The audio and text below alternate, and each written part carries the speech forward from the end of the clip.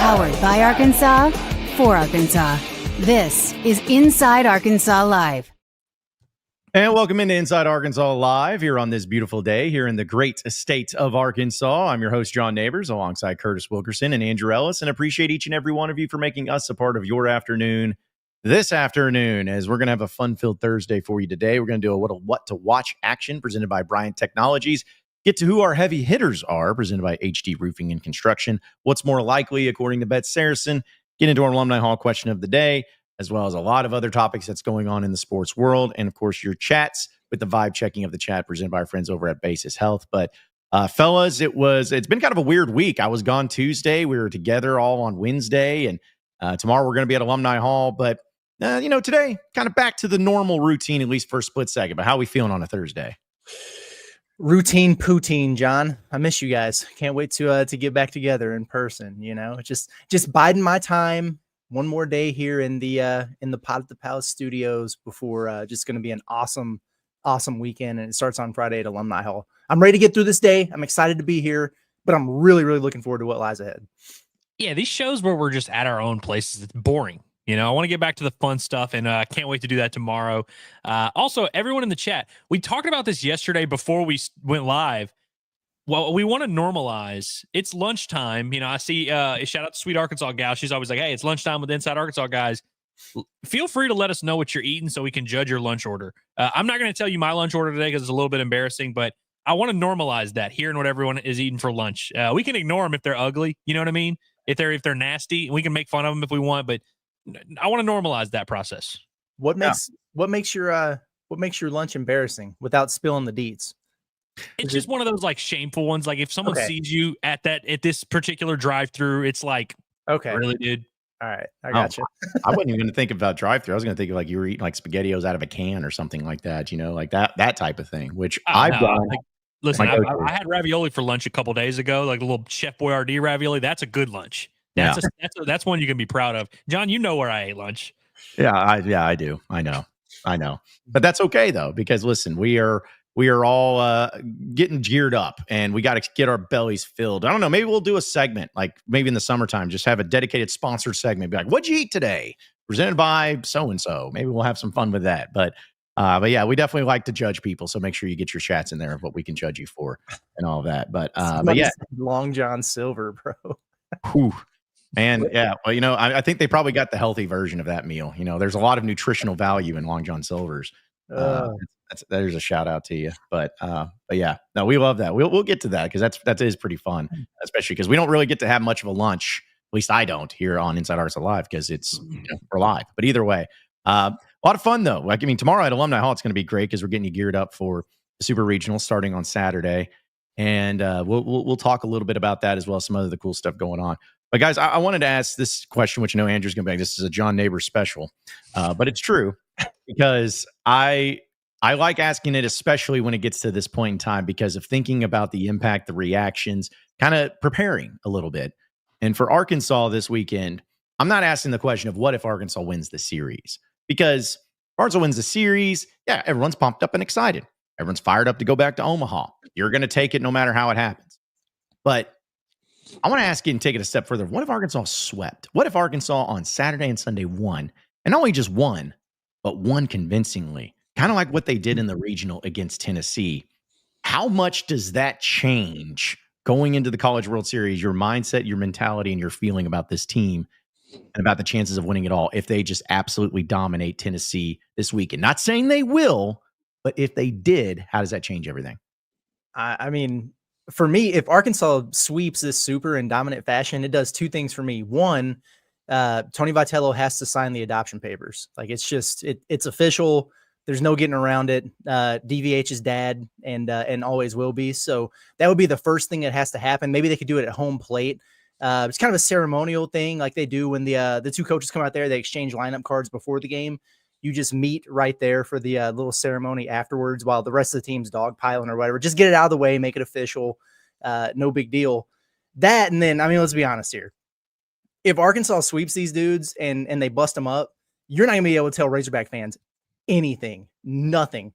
The expectation, which it should be anyway once you get there, but it's win or disaster. I mean, everybody is going to be 100% bought in to what Arkansas is putting down there. And the expectations are going to be absolutely through the roof. The anticipation, the cockiness that can come out of Razorback fans at times, which I love, because, man, we get the short end of the stick sometimes, and we got to do the underdog thing and the chip on the shoulder thing, us against the world, whatever. But when things start going well for the Razorbacks, like when football beat Tennessee and we got to, joke about going to the playoff for a couple of days, or, when Arkansas basketball starts making these runs in March Madness, when Arkansas fans can puff out their chest about something, they do it as good as anybody out there, man. We would be getting a ton of that. Yeah, I think whichever team comes out of this super is going to be on the moon, is going to be like, holy cow, this is a big deal. They're going to be buzzing with confidence. And you saw that Tennessee squad last week, not necessarily shy on self-belief, I wouldn't say. And so I think if Arkansas were able to knock them off in dominant fashion, certainly going to add fuel to that fire as well. I mean, listen, I would feel the way I feel. Like Arkansas has a couple teams that can really match the talent they have, match the level of competition they faced and all that. There's only a few teams in this tournament that I feel like are a real threat to beat Arkansas. I think Tennessee's one of them. And so I think getting by a foe like that, and if you were able to do it in dominant fashion, you're right, Curtis, you wouldn't be able to tell Arkansas fans anything. And like, I think whoever LSU, I would assume, would be the next team up. I think they would be facing an absolute avalanche of a Razorback team that their confidence would be building. Because what do all these coaches, again, we've talked about this, what do they do when you're starting the NCAA tournament? You're convincing your team, hey, guys, everything that happened before doesn't matter. The run starts now. And so when you have a weekend like Arkansas had last week, a little bit easier for those players to believe that, oh, wow, hey, we really did just refresh, and now we're the best team in the country. You go out there and whip Tennessee's ass, all of a sudden it's like, wow, ever since Dave Van Horn said that we refreshed the season, we're 5-0 with 5 dominant wins. Holy cow. And then I just feel like it would, again, it's like an avalanche. You would just continue growing and building that confidence. We'd be buzzing on the way to Omaha. And again, I really do feel whoever comes out of this series, no matter how they do it, they are going to feel that way. Like, I think it's going to feel like you just knocked off maybe your biggest competition. Yeah, I'm like, it just changes everything to where I look at other teams from other sports when it comes to postseason. I think of UConn, the couple years that they won a championship. In postseason, even if they weren't, what were they, the 5 seed, 4 seed, whenever Arkansas faced them that year in Vegas, they were just different. They killed everybody. Like, they truly kill, celebrate, kill again, celebrate. I mean, they were destroying everyone. And we've seen that happen. We've seen that happen in this past season in football. I know it wasn't as many games, but like Ohio State, everyone's like, yep, they are the best. They are showing it too. I'm sure that there's other examples, and even in baseball. I know Tennessee was pretty dominant last year, but the point is that at some point in time, yes, championships can be won by teams that kind of come out of nowhere, the Ole Misses of the world in College World Series. Sometimes it can be the best team in the country, like Tennessee last year.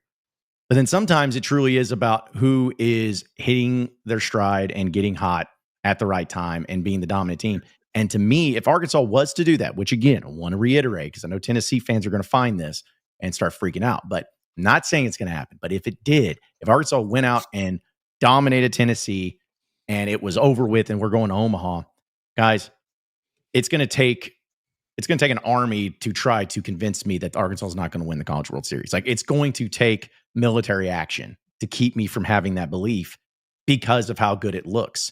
And I know that there's still games to be played, but I'll even throw this out, bold prediction. Guys, whoever wins this super regional this weekend in Fayetteville, at minimum, will be playing in the College World Series finals.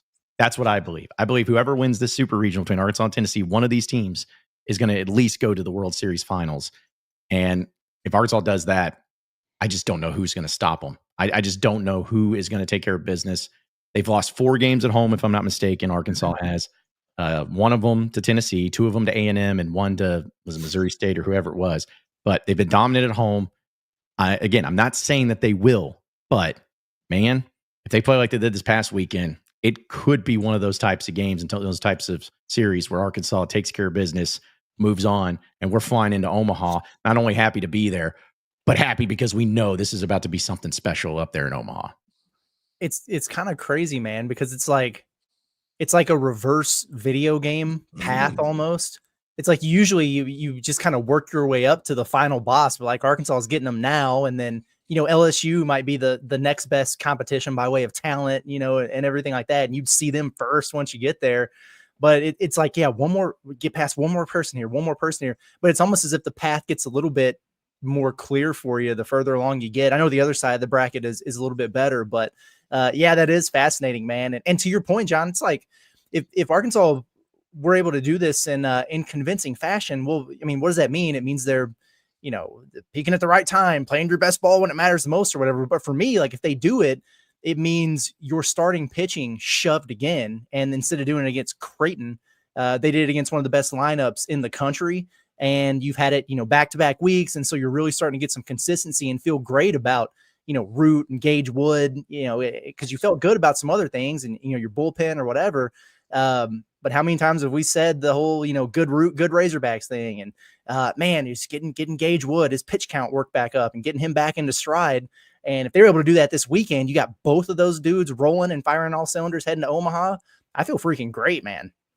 You mentioned the video game final boss thing, and I think that's very accurate. And also, as Hog fans, we all want the easiest possible path. If we could get that national championship, we don't care how we get it. We will play Murray State 7 times if that's what it takes to get those 7 wins that Arkansas needs. But in reality, of course, we know it's not that simple. You have to knock off really good teams to win the national title. That's just how this thing works. And so I think there's something cool. And I think when you look at the context of Arkansas baseball as a program, it's kind of an interesting parallel. It reminds me, so Arkansas is now, this will be the 3rd time in the last 8 years that Arkansas has faced an SEC team in a super regional matchup. That 2018 team that we thought should have won the national title, they beat up on a South Carolina team that was good, kind of in a similar range to Tennessee, but not quite as talented. Had some good players on that team. You play Ole Miss, which had pretty good talent, but again, not quite on that same level. I think this is the kind of natural evolution of you're facing another SEC team.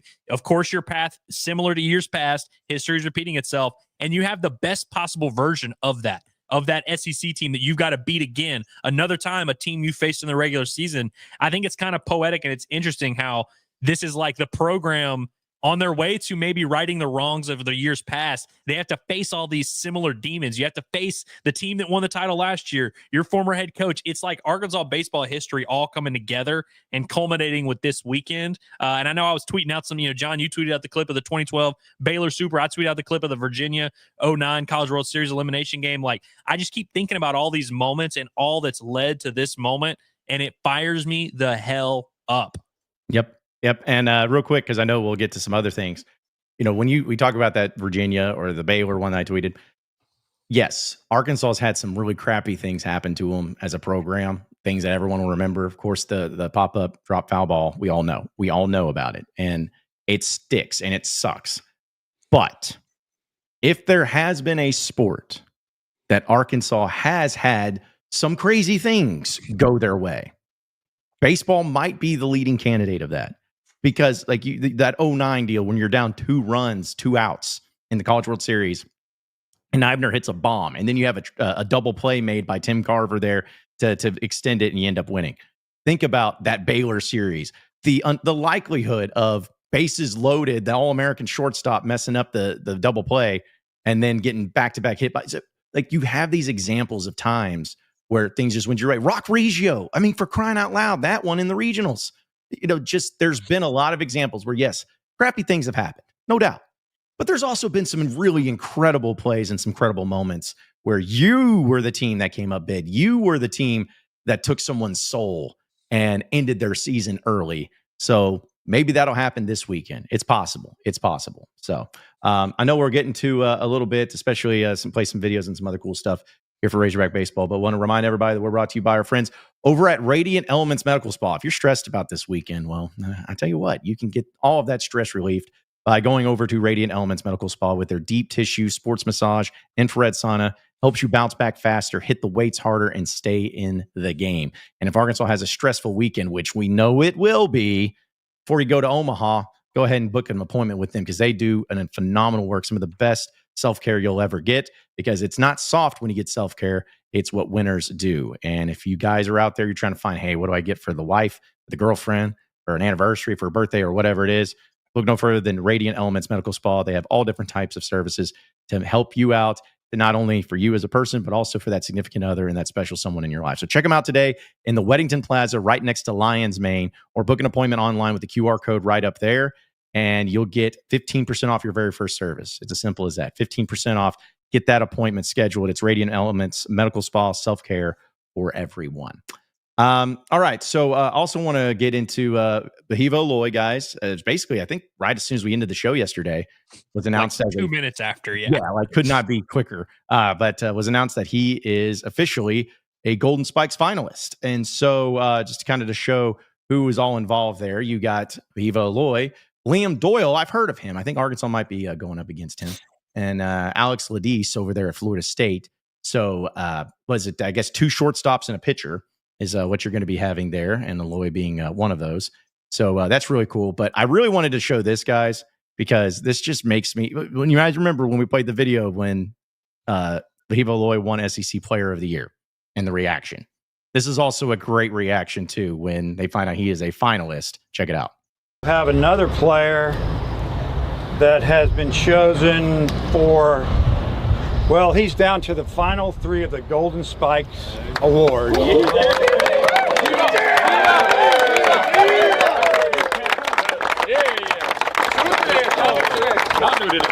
So pretty cool. You guys done a great job. You keep getting better, and it's fun to be around you. Just keep doing what you're doing.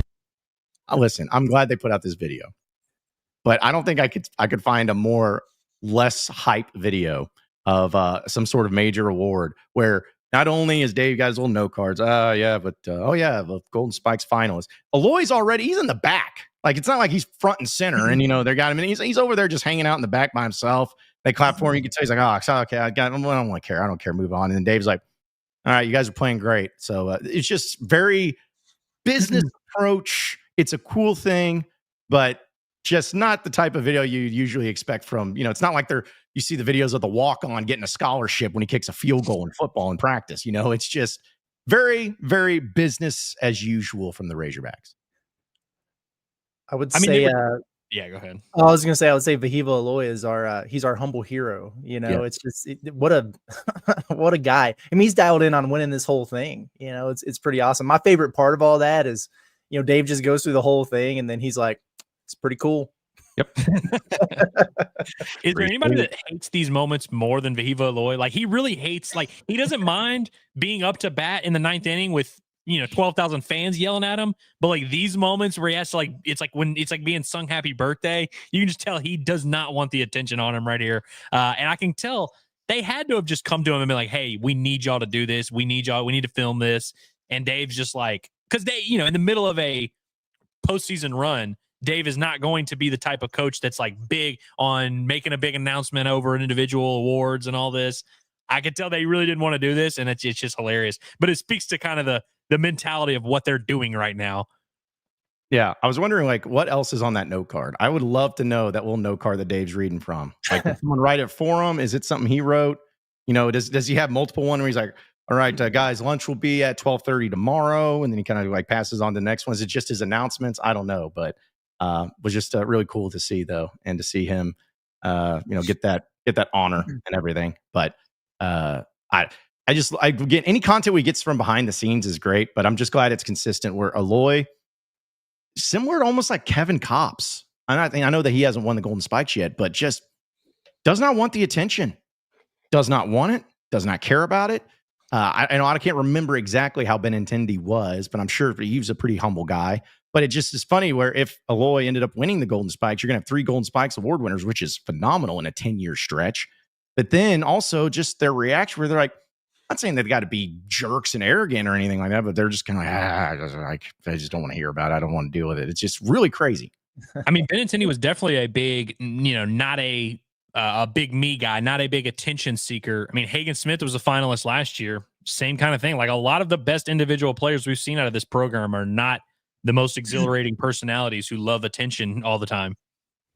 Yeah, which I'm fine with. I think it's just cool that they end up doing that. But I'm excited to see how it all go down for this weekend. And no, I don't have tickets, folks. I'm about to turn my DMs off. I know that I've become ticket master of the Razorbacks for a while, but if I have any, I will tweet. I will send out a tweet and I will let you all know. Yeah. But it is insane We're trying to get in that sucker, man. Yeah, that's right. Because as of right now, where it stands, I have 2 tickets for us, 2 of us 3, and I'm about to have a third.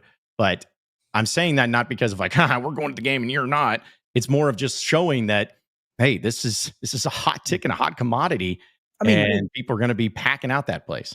Dude, last weekend, we would wind up with like a dozen tickets, and it's like, oh, and we, you're able to pass them out to a bunch of people who were trying to go to the game and everything, and then we could kind of take our pick and make sure that we were in. Heck, we had great seats, at a couple different nights there.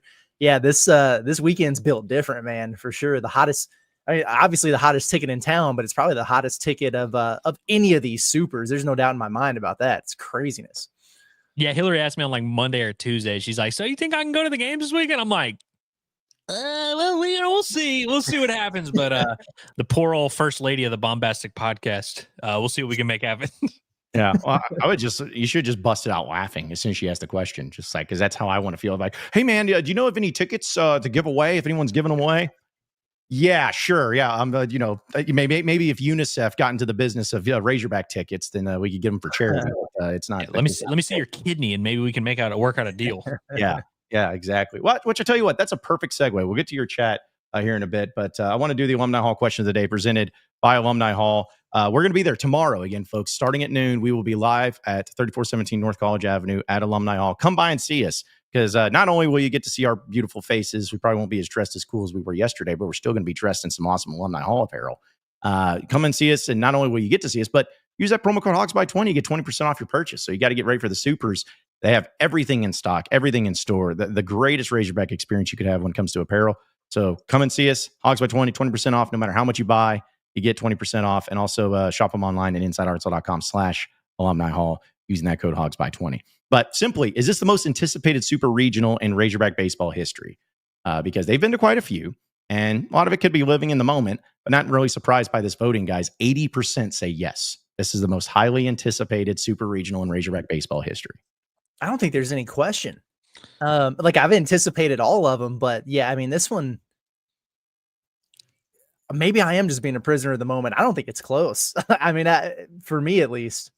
The only one I can think of that even closely rivals it is that 2021 year where that team just had such a buzz about them, and obviously they ended up losing that super. Because I mean, like, look, you just compare it to the ones I mentioned earlier, Ole Miss and South Carolina. Those are big series, big moments. Those teams did not have as much buzz around them. The opposing team, I should say, like between Arkansas and Tennessee, maybe the two most polarizing teams in the tournament, 2 legendary head coaches. Again, I feel like all of Razorback history has been culminating to this moment. I think it is, and I really don't think it's that bold of a take to say that. Well, I'll even throw it into it as well, which I know in the grand scheme, it's much different. I know that, but it's kind of like a vibe, and maybe the comparison of when Cal went up against Patino in the second round of the tournament, where it was like, this is a second round game between a 10 seed and a 2 seed. If that was just the case, it wouldn't be a big deal. But because and it didn't matter if it was Arkansas and St. John's, it was Cal and Patino. And everybody was really amped up about that, maybe more so the national media than even the local. And people like us, because like, hey, we just want to win. It doesn't matter who it's going to go up against. But because of the angle of Dave Van Horn, Tony Vitello, because of the fact that it's Arkansas, Tennessee, because of the fact it's 2 really great programs, and it's like so many stars had to align for this to happen. And we even talked about it when we did our selection show, when it ended up being Arkansas paired up with Knoxville. Just like, all right, could be a little bit more subtle, could you? And like what you're trying to do here, NCAA. But that's the feeling it gets, because, like you said, Andrew, people are hyped, and no matter what, at Arkansas, because this is a year where it really feels like it could be the year. But then you add in the mix of the defending champs, Tennessee and Tony V, and coming in Fayetteville, adding all that into the mix. It's hard to find a super regional in college baseball that could draw this much attention and have this much intensity besides this.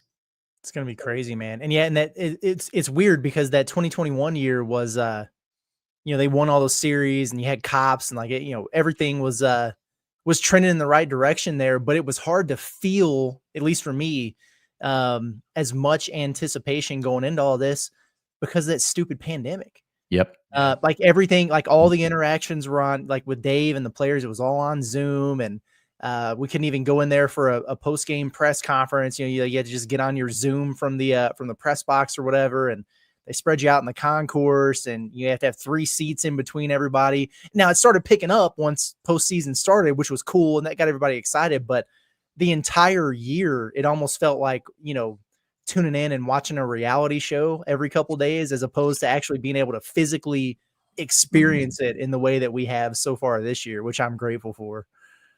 I think it's also worth noting, like, that NC State team was obviously a good team, really well-rounded squad. Hell, they maybe were the best team in the country that in that postseason. Wouldn't say they were necessarily putting asses in seats in terms of like moving the needle nationally. Like everyone was caught talking. They won the Ruston Regional the week before. Thank you. I was about to say they weren't. It wasn't. Yeah. Okay. No. Yeah. They were, and they got hot. They were good, but it's like they won the LA Tech Regional, whereas Tennessee's coming off of this very polarizing Game 7 that everyone was watching and kind of already has enough attention around them, and so you add that in with Arkansas and the stakes and just all those things that lead up to this. The battle with the 2 head coaches. I don't know how much you can make. I don't know if you can make a super regional bigger than this. So let me ask you guys this real quick. Is Tennessee, as far as baseball goes, would Tennessee be like the number one, if you were to pick a super regional at home in Baum Walker Stadium, the number one hotly contested, intense, emotional, like, oh my gosh, we got to do this? Or what would maybe be Texas? Like how many other teams in college baseball would be giving you this feeling or giving you this type of energy right now? I mean, this would be my number one for sure. Given all the angles, like the short list for me, maybe, Texas, LSU would be up there. I would love to see Oregon State. I'd rather see that in the final in Omaha, but I'd have a hard time personally getting past Tennessee, I think. Yeah, I think that like you can make it other arguments. The only thing, I think Tony V is the most polarizing piece in this whole puzzle, and so he has Chipper Jones subtweeting him. Like he literally has like all these people in the nation talking about them, so they are already like they're kind of the bad boys, and they're defending national champions. The only thing that I think could compare, nothing we've seen, if Tony V like decided not to go to Arkansas and went to LSU. And like, think about how much we already hate LSU baseball. Because a decade ago, if you had asked us this question, like Arkansas, Tennessee, we would have been like, who cares about Tennessee baseball? It's all about Tony V. If you had Tony V at a program like LSU or even a Mississippi State or just like a Florida, like something that big, that would be the only thing that it could equate to this, I feel like. Yeah. Because I was trying to think of like other examples in other sports, like maybe Arkansas and Kentucky, and if they met in like the Elite 8 in basketball. Like, right, it would have to be. I mean, that's there's a few things in other sports, but you'd have to have something that checks all of those boxes. Of the coaches don't, they have that situation, the programs, the fan bases, all of the above. Yeah, I mean that's again just the stars align for this, and that's where it's going to get very intense, but it's going to be so much fun. I forget the Oregon State stuff. I do not want to see that, because all that's going to turn into is everywhere you turn. If Arkansas met Oregon State, we're going to have to see the stupid foul ball play 80 million times all the time, because that's all that's going to give. I don't want to see that. I don't want to do that. The only thing I can say on that is like, not that, I mean, Oregon State, I'm sure they're a good team. I'm sure if that moment came, I'd be nervous, but like Oregon State's had like 33 baseball teams better than this one. Like this is the most like average Oregon State team of all time. I know they're a national seed, but they played a bunch of West Coast Conference games all year. I don't necessarily think I fear this. Whereas like I think if we went into that matchup, that Oregon State team, people, as much as we talk about the foul ball, that team was freaking loaded, dude. I mean, you had Nick Madrigal, Trevor Larnach, their shortstop was drafted in the second round. Like they had Stephen Kwan was in their outfield. Like they have all these dudes that are still playing in the big leagues. You know what I mean? That was a loaded squad. Whereas this year's Oregon State squad, it's like, I think Arkansas would probably sweep them easily. Yeah. I would love to see that too. To me, like the best way to, it's never going to fully happen, unfortunately, thanks to John. But the closest you can come to burning that memory away from the brain is to not only win the whole thing, but to beat those suckers while you do it. The alternative would be losing to them again, and that would really, really just you be down bad, bro. Well, that's what I'm gonna say is like this whole like beating those bosses, those video game level bosses that you've beaten before. This would make it like seriously, you'd be like a storybook movie type of ending. Yeah, and also Kendall Diggs out there in right field being able to catch the foul ball when he comes running up. Yeah.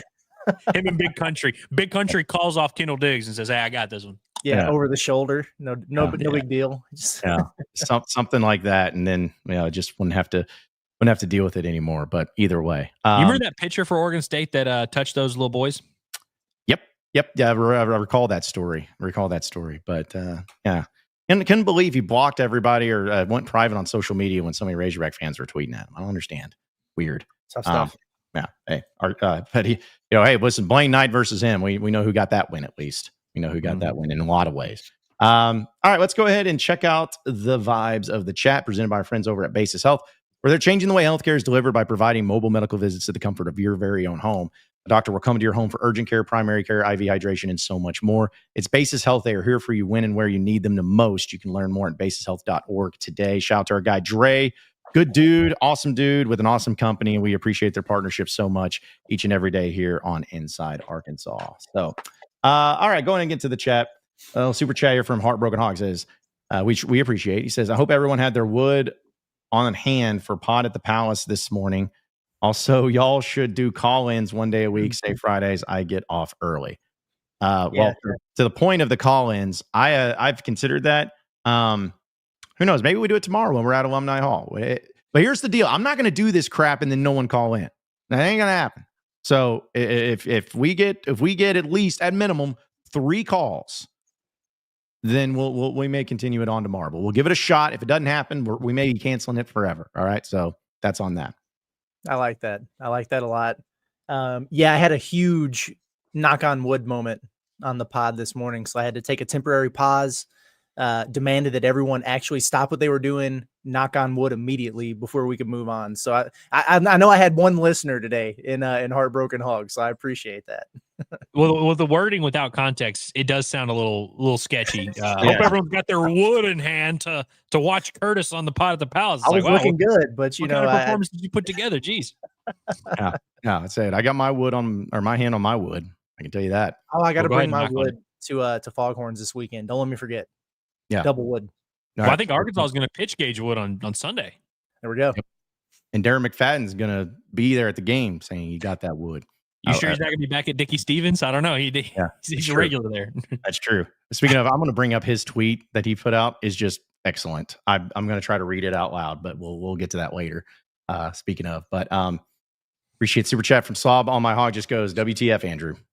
Okay, what's up with these people that do this? Because it reminds me of Mark Arnold, where like we would try to get in touch with them and he would never respond, and then it would just be we only communicate via super chat. Slob on my hog, you got to hit us up because we have to get some guidelines in place.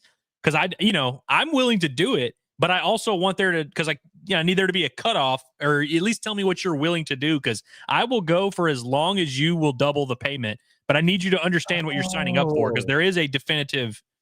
The number could get pretty big pretty quickly. And so I want to know before we launch into this partnership, what are we getting into? That's who this is. Okay. Yeah. I didn't double the payment guy. It was like $5 yesterday. He's like, I'll double it every day. I just saw a super chat that said, WTF Andrew. And I was like, well, I say that to myself like 15 times a day. There's no telling what this is about. But okay, now I get it. So, okay, but for real, reach out to us on anywhere other than super chats in the chat. You know what I mean? Because we got to get this in writing. Yeah, we got to have a contract for it at least. So, let's see. Also, I got to throw this one in because we're wearing our awesome Trevero suits yesterday, but I guess Chase had a late entry of John yesterday. Looked like he owned a funeral home, which I wish I did. Those are very lucrative businesses. Curtis and Andrew looked like the guys that pick up the deceased bodies at homes at 3 a.m. Okay, well, relax. I wouldn't be doing it in a suit, man. No, I promise you that. Like I could usher people to their seats, and like call the service into order. But yeah. And also, Jace, how do you know what people look like at 3 a.m. when they're picking up bodies? They wear tan suits, tan and navy suits. Like that's what they do. I mean, that is the dress for your day when you go to pick up the dead bodies. You gotta make sure that you're wearing some fresh suits. Jeez, okay, Jace, relax. I would take a job driving the hearse. Like from the funeral home to the graveyard or whatever. Yeah, okay. Do that. That's what you wear a suit for, dude. Completely off topic. Do you guys remember the waiter or the guy at Village Inn in Fayetteville named Fire? You remember this guy? No. Okay. He was a guy that would compete in national for how fast he would clean tables. He would like dislocate his shoulders and like it was insane. Worked at Village Inn. He drove a hearse. So that's my cool story. Really? Mm-hmm. Oh, very His interesting. name was Fire. And I'm not talking like that wasn't a nickname. His name was Fire. So more you know. Hey, shout out to Witty. Appreciate the super chat, Witty. Thanks, man.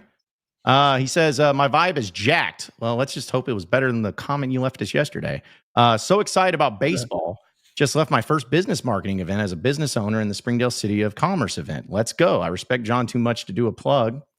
Give me a few months and I'll sponsor a segment. Well, appreciate it. Congrats, Witty. Baby. Do that, man. Yeah. No, we'll get in touch, man. We'd love to have you on board, man. That's awesome. So we appreciate that, Woody. He said, I'm not about to sign up for the dog days of summer. Hit me up in football season. Yeah. Woody's climbing the ladder of life, man. Yeah. Listen, it's like not to say we have favorites when it comes to chatters and whatnot, but if you're an OG chatter, it always means a lot more to us. And Witty is definitely one of the OG chatters. So we root for you. Woody's an OG. There's a handful of folks that are good for getting me to break character and, start laughing in the middle of all this stuff. Woody's one of them. SCT had me in tears the other day with a chat that we couldn't pull up. Like some of y'all are funny. Some of you try a little too hard, but we love you anyway. Some of you are hilarious. Yeah.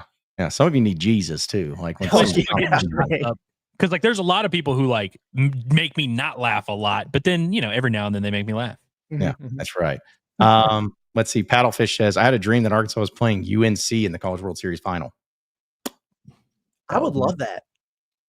I would there too. Are no, I love that. Is there That's an like SEC team outcome, on the other right? side of the bracket or no? Auburn. Oh, that would be kind of cool because you didn't play him this year.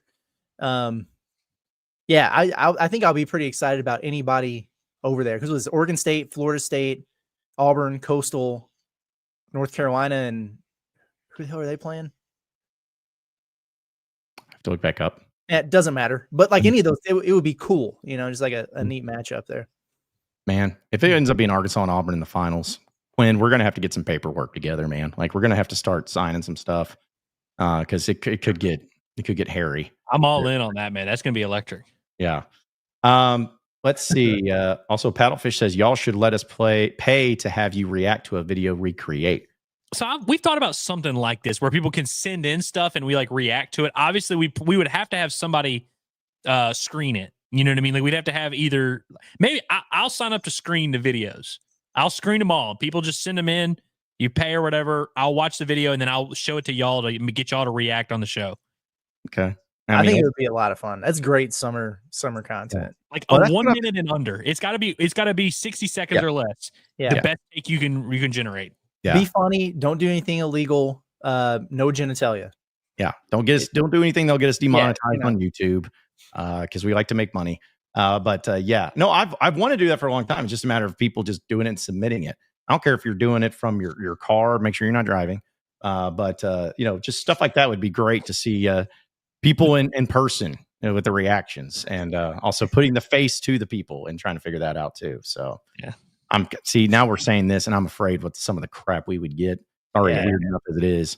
But some of these podcasts, like they create their own like podcast specific email and have them sent to.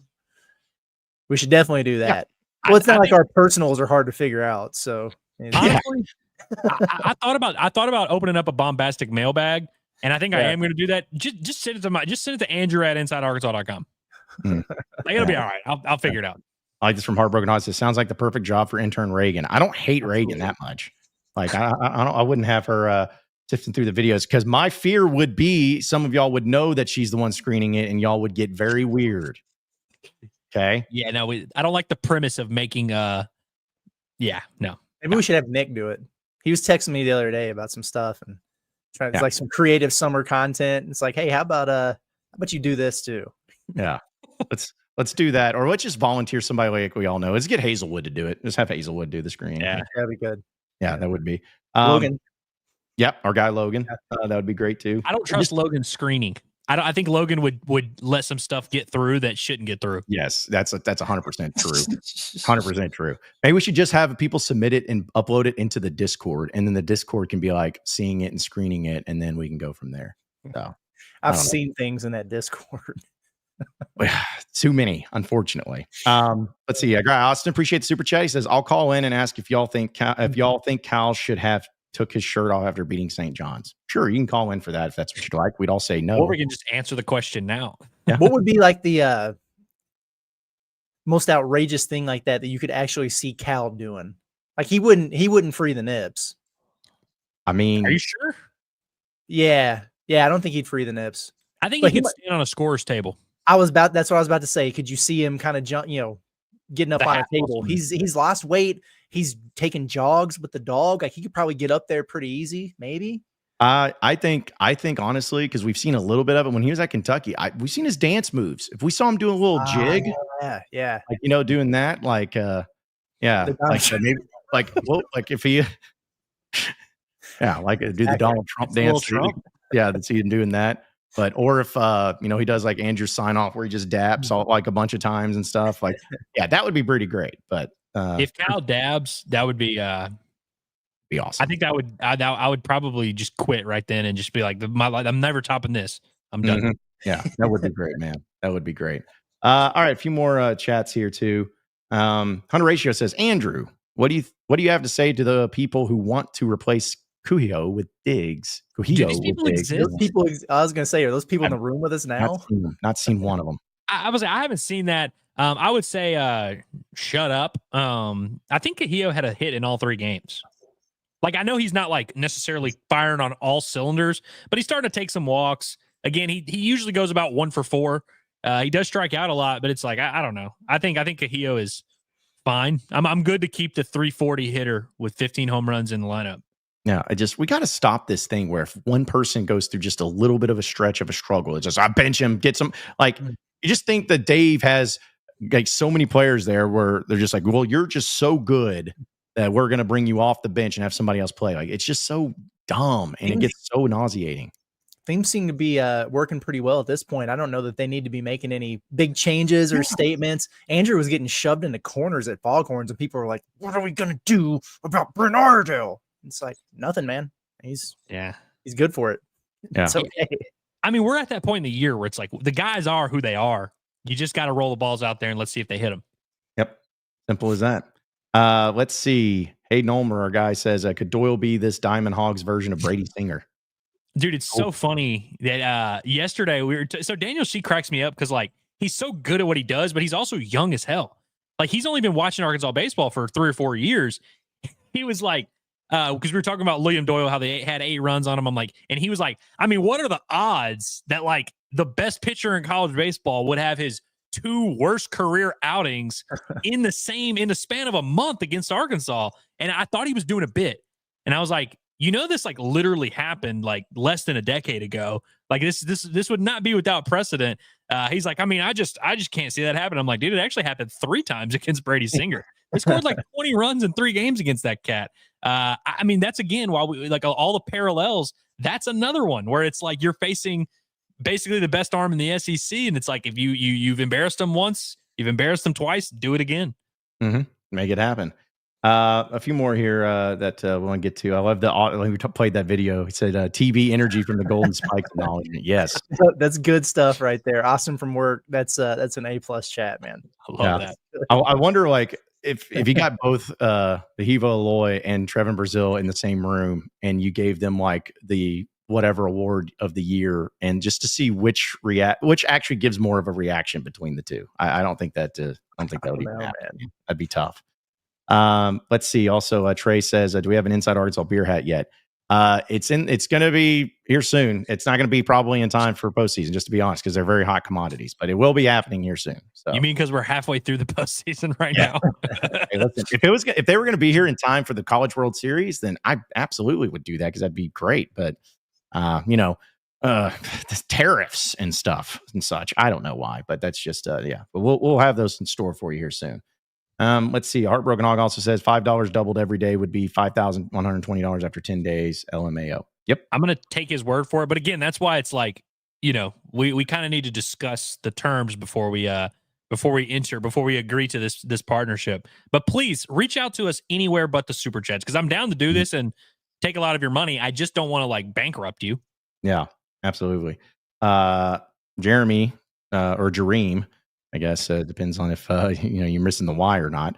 But Jareem, yeah, Jareem said, "How's the weather looking this weekend?" He's like, "How's the weather looking this weekend, boys?" Not great, to be honest. It looks a little better on Sunday actually than it Yeah. has, at least. Yeah. on Saturday it dangerous. doesn't look like it's going to rain Saturday night. Like it'll rain. Like people see 70% chance of rain and they're like, oh, that means there's a 70% chance they can't play. I'm looking at the weatherly like hour. It gets up to 40% in the afternoon, but it's like 15% after 1 p.m. for like the entire day. Yeah. No, I think that they'll play, and I think they'll have baseball this weekend. But I think it's going to be on time. Maybe if anything, they maybe move Saturday, because is it 4 o'clock then 2 o'clock, right? Mm-hmm. Yeah. So I think they'll have baseball there. And Question. Just all you crazies out there waiting in line in the hog pen, just bring an umbrella or use your tent or a pizza box or whatever it is that you got out there. So, it'll be fine. Let's see. Appreciate the super chat from John Pigman IV. We have a lot of fourths in the chats here, but appreciate it. It says best sports media in Arkansas. Thank you for Bobby Hill and the hog hat and the sunglasses. Is this the John Pigman from Twitter? Yeah, it is the John Pigman from Twitter. He had a banger tweet today, just getting after it. Heck yeah, thank you.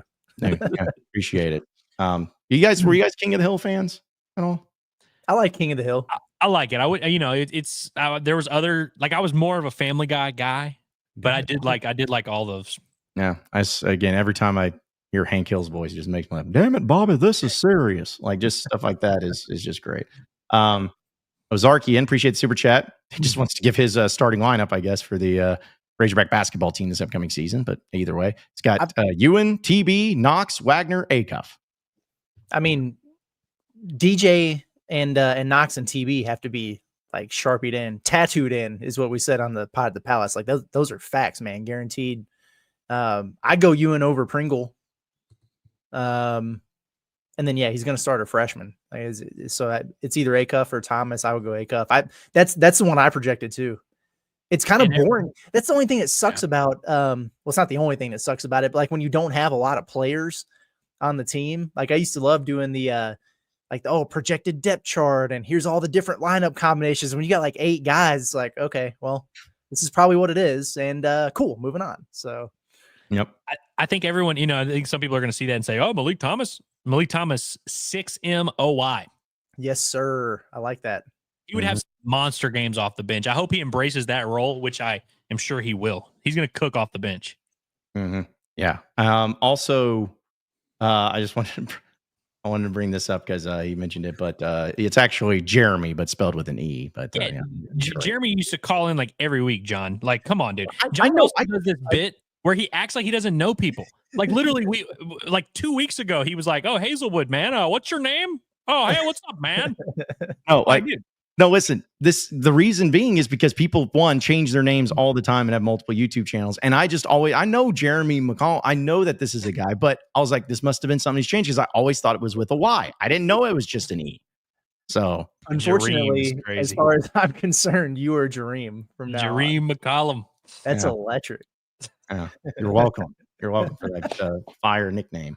All right. And I tell you what, we'll continue to get to some of your chats, folks, but let's go ahead and get into a little bit of what to watch presented by our friends over at Bryant Technologies, where they're dedicated to delivering that high quality network infrastructure and security camera solutions to you and your company all across the state of Arkansas and the bordering states, where they take pride in their exceptional workmanship and commitment to keeping your business operations seamlessly connected as well as secured. Whether it's structured cabling, security camera installation, digital signage, or TV mounting, they do it all at Bryant Technologies. They service the entire state of Arkansas as well as the bordering states. So have Bryant Technologies help you with your network and security needs. You can give them a call today at 870-883-0330, or you can check out their website at bryantstechnologies.com with that S in between. Bryant's Technologies. It's Bryant Technologies, quality work guaranteed. We'll continue to get to the chats, but what'd you guys make of the ECU baseball coach talking about tampering? just Andrew? sending out a very blanket message to everybody saying our system is so broken in all caps. We have coaches at P4 schools texting our players directly who are not in the portal, and we have proof. But you didn't provide any proof just yet. So grow up. That's what I think about it. I couldn't say it any better than Andrew did when he quote tweeted it. So I mean, it just cracked me up because listen, Hog fans, you do not want the ECU head coach to be cracking down on tampering. I'm just going to tell you, you don't. There's a few other programs that you probably don't want to be starting these investigations. And look, he's 100% right. Like it's without a doubt, there are 100% every year. There are going to be people, especially with the program he has at ECU. And I want to give Godwin some respect because he's a freaking stud. So of course he always has players. I mean, he had a first round pitcher last year. There's always going to be teams poaching from his school. It sucks, but it is the world we live in. And what are you going to really do? Are you really going to snitch? You going to rat like that? Like, go ahead, you can, but also don't turn down SEC jobs every year, which he does. He turned down the Mississippi State job, turned down the South Carolina job. I'm hoping he doesn't ever come to the SEC because he would scare me. I think it's now going to be inevitable. I think that's a big reason why O'Connor went to Mississippi State from Virginia, because he's having that same issue. And if a program like Virginia is having that issue, ECU is, and it sucks for Coach Godwin. And I know he doesn't want to be that guy who leaves the program that he's built to go really chase a national championship. But it is kind of the reality. If you want to have one of the most talented teams in the country, you got to be a big boy, honestly. Like I know it sucks. And it's like, sounds harsh, but it's like, Yeah. No, I'm the same way. I just get tired of coaches doing this where it's like, just show the proof and shut up. Like if it's really that, stop saying you do, just do it. Like, Yeah. I don't understand if like at the beginning I can kind of get it because everything's so fluid. But we've seen multiple coaches from multiple sports say this and even say to the points like, we have proof of it. Then show it. Like stop saying it. Because what does this do? Nothing. Okay, cool. Hook them, or whatever that the old coach for Texas said. It's like the same. Yeah, it's like the same thing. It's like, great. Moving on. Like just if you provided some proof, if you had some screenshots and all that stuff, okay, let's have a conversation. But just yelling at the clouds, this is an outrage, I tell you. Sweet. Moving on. That would be hilarious. And it would be like, you'd be well within your rights to do that. If he just posted a screenshot and be like, hey, this number right here is so-and-so's recruiting coordinator. He's reaching out to my shortstop or whatever. Maybe you'd really will, these teams would think twice about that. But if not, I don't know. Get your money up, man. I don't know what to tell you. Yep. It's as simple as that. It's truly as simple as that. All right. We'll do some heavy hitters here in just a little bit too. But wanted to, Bo Anders though, did say, guys, I made Andrew Fisher angry. Should we be worried? So I've seen this. He's said this multiple times in the chat. You're gonna have to elaborate because we don't know what you're referencing. Yeah. So like, what is it? Like, what happened? Give us the story, and we'll let you know if we should be worried or not. Yeah. The answer is probably no more worried than you should be about him anyway. You know what I mean? Like, I don't think he's the type of guy who's like, you know what? I wasn't worried about Arkansas in this game, but when that guy made me mad, now I'm really. Did you guys see? No, this is just like some random Tennessee fan or something page or whatever that was doing the thing about Fisher should have been a Golden Spikes finalist over Aloy and did like all the side by side of the numbers and everything like that. Did you guys see that? Yeah, he cited fielding percentage for comparing a first baseman to a shortstop. Exactly. It was like almost the exact same number. It's like I don't know, man. They made the same errors at first base and shortstop. I'm like, that does not help your argument at all. Exactly. Andrew Fisher's a stud, though. Oh, yeah, exactly. I was going to say very, very good. And, well, and I'm not looking forward to seeing him, but come on. According to MLBpipeline.com, Wehiva Aloy is the second best shortstop prospect in this series this weekend because Gavin Keelan is listed like 4 or 5 spots ahead of him on MLB.com. Really? And now they're different players. He doesn't have nearly as much power, but like you can make an argument, that these are the 2 best shortstops in the draft. Well, either way, Aloy's better. So I'm just going to put it out there for you. Yeah. Shout out to guy Hazelwood. Appreciate the super chat, man. There he is. So much. The guy that I apparently don't know, but I don't know his name. But he says, I tried to think of something philosophical and motivational to say. I deleted it. All I can say is I'm so effing hard for hog baseball right now. So hard. If I laid on my back, I could be a rim protector on the basketball team. That's crazy, bro. That is crazy. No, that is crazy. You would we average appreciate more than the 0.6 blocks per game, which is Arkansas's center positions combined. Man, Yeah, I was saying the Hawks could certainly use it a little bit. like what By is the way, happening? we got clarification from Bo. Okay, good. Hold on. He says he made an edit for this game this weekend and he reposted it, and the comments blew up saying that he's coming for us. Were you the one that did you make it on TikTok? Because I thought that one was very good. I saw an Arkansas edit on TikTok today that I thought was good. Love this. Good job, Bo. But yeah, we definitely we shouldn't be worried. Keep up the good work. I mean, listen, if the dude's scrolling Twitter and TikTok trying to get motivated for this game, to quote his starting pitcher, he's effed. Yeah. And speaking of Bo, can somebody with better eyes than me tell me about that little Abby there, that profile pic? That would be Pro Hog Shea Gilgeous-Alexander. That's what I thought. Beautiful. Well done. I like Bo. Yep. Yeah. I don't know. I didn't see that. I guess I don't need to look at the whatever graphic or whatever's been put together, but trust me, as someone who knows that tweets out stuff and that people get all upset by from other fan bases, I can tell you, it's a rite of passage. It's a good thing if that ended up happening. So either way, good grief. I don't know what's happened to our chat. It's like just everyone's just bricked up right now, I guess, man. Hazelwood, man. Yeah, that was Hazelwood killed it, man. is insane, but we appreciate the super chat regardless. But I'll tell you what, let's go ahead and get into our heavy hitters here on the show, presented by our friends over at HD Roofing and Construction. As we know, some storms are very possible going to be moving into the Arkansas, specifically the Northwest Arkansas area this weekend. Well, get ahead of it. Make sure you get that free inspection from HD Roofing and Construction, because you want to make sure that your roof is ready to take on any of those storms. I know we've had some people here in our chat. Our guy Jakota, he used HD Roofing and it said it was phenomenal, got a new roof and everything. And it's going great for them. And they're going to make sure that you're taken care of, because there's nothing worse. I can imagine that during a storm, you have a roof that's leaking, as you have a lot of good stuff inside of your home that doesn't need water damage. Let them take care of it for you. When you choose HD Roofing, you can rely on professionalism, top quality materials, and expert installation for all your roofing needs. You can contact them today at 501-428-0429. That's 501-428-0429. Or you can check them out at hdarkansas.com. So for heavy hitters, I'll tell you what, Andrew, I'm going to let you go first because I don't want to steal yours in case it is. But I got a few. But I doubt you have the same one as me. Okay, then I'll go first then.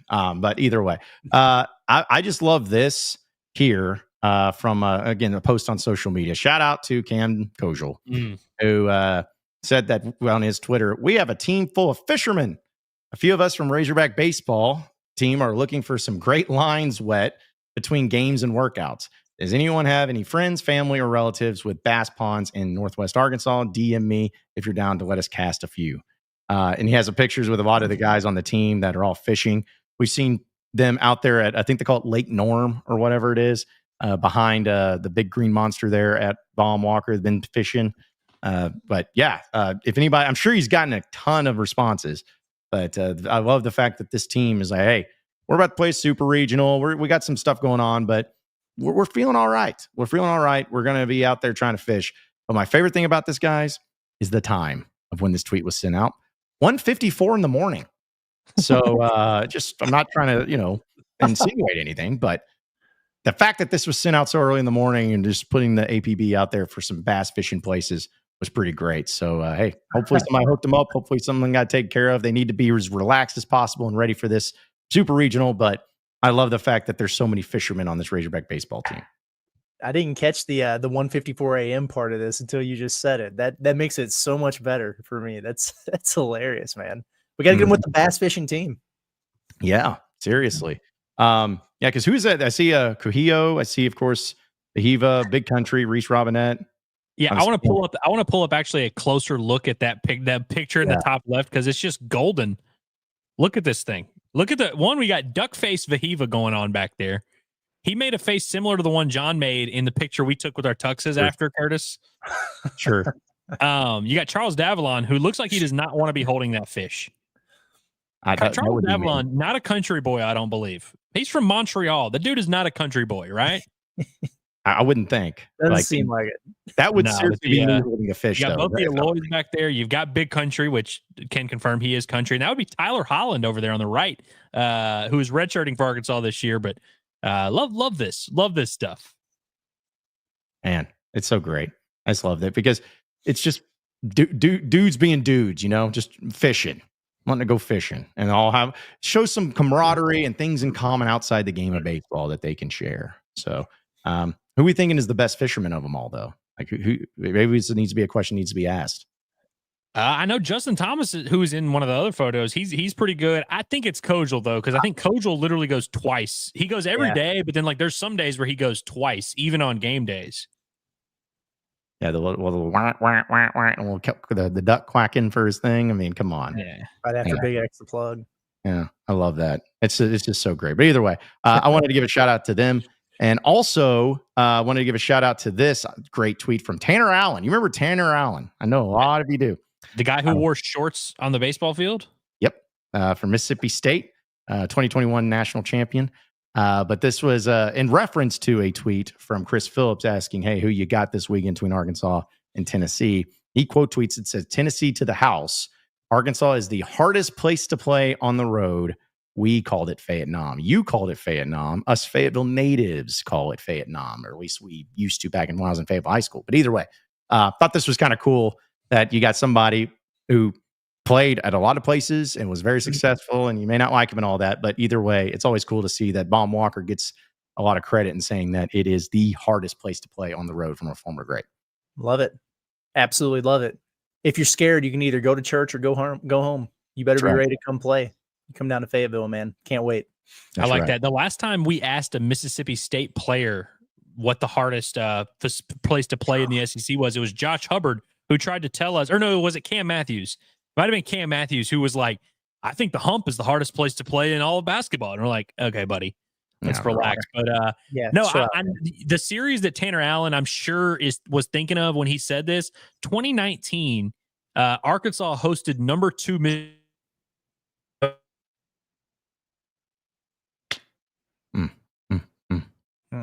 Had a long stretch there, but that's okay. Yeah. We got it back. Go ahead, Andrew.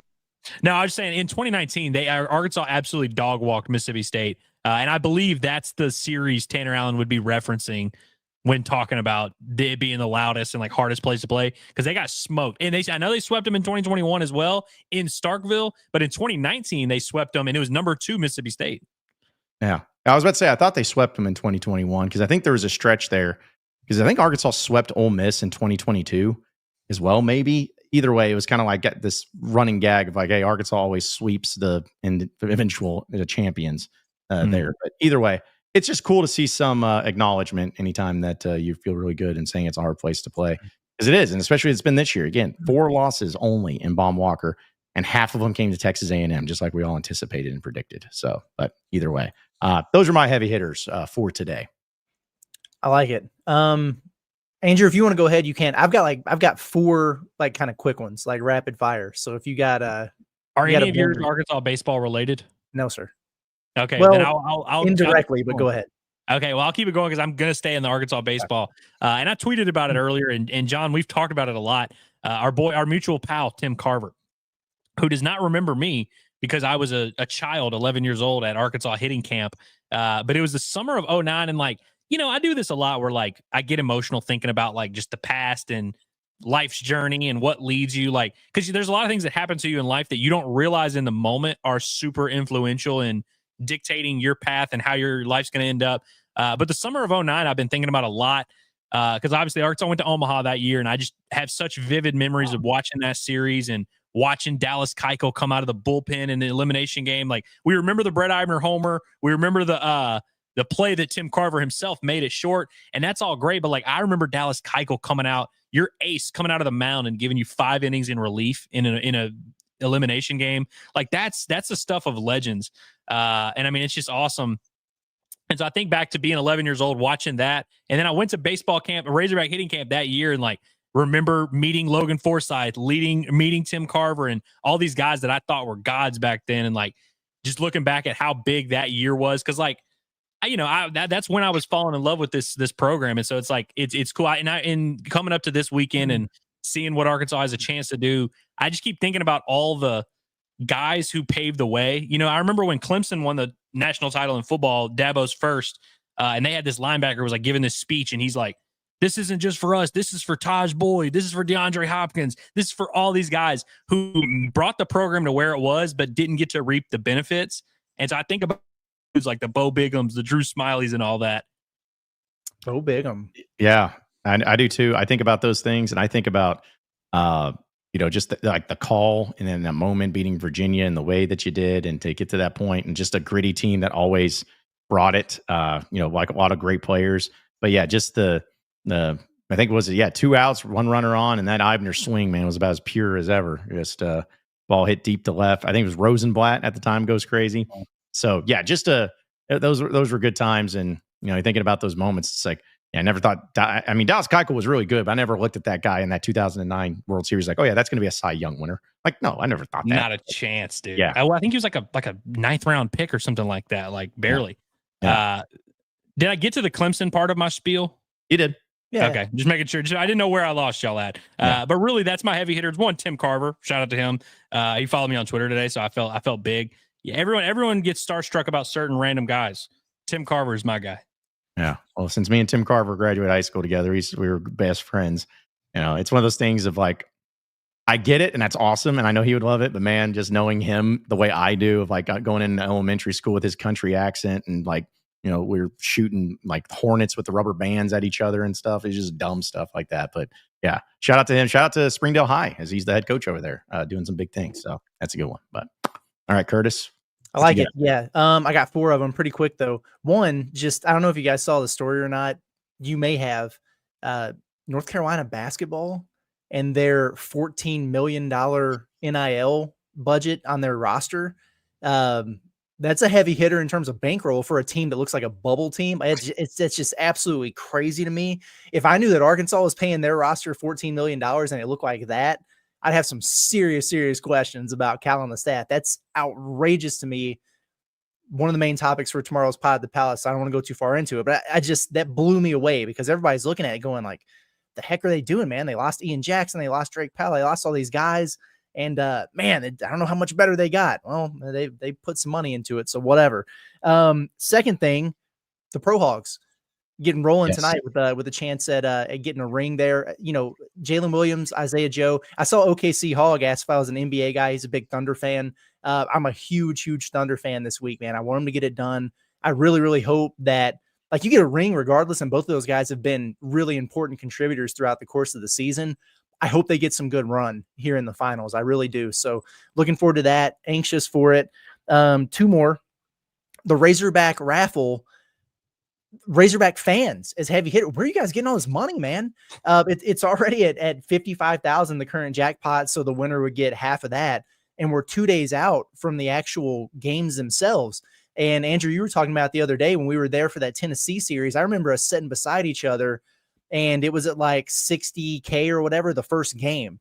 And we were talking, we're like, oh man, it could probably get between 80 and 100, by the end of the weekend. This is cool. And then it just blew up. And so I don't know if it's going to be at the same level, but it's going to blow up again this weekend. Crazy, man. All y'all are, I guess it's not the same people, complaining about ticket prices who are putting into this raffle, man, because it's a crazy amount of money going into that sucker. It's wild, bro. I wish Arkansas's athletic director would put his pride aside and admit, holy cow, this is a great idea that Carlton came up with.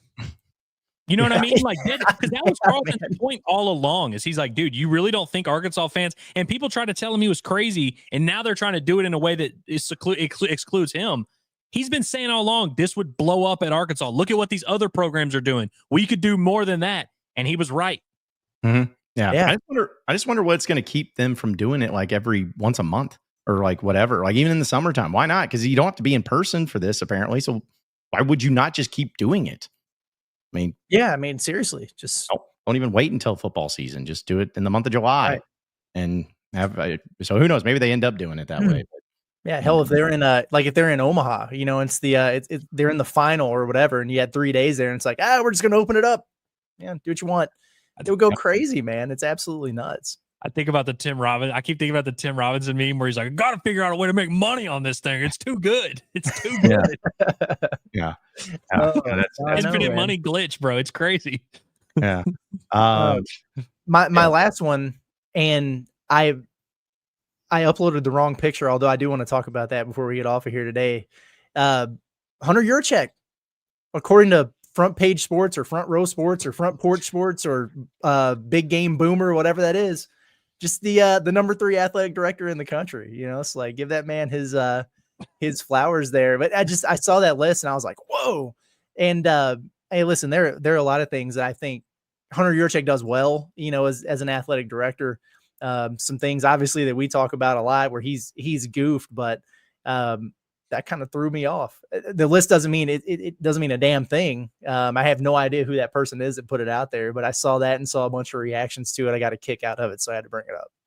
I think I've determined this is Big Game Boomer adjacent.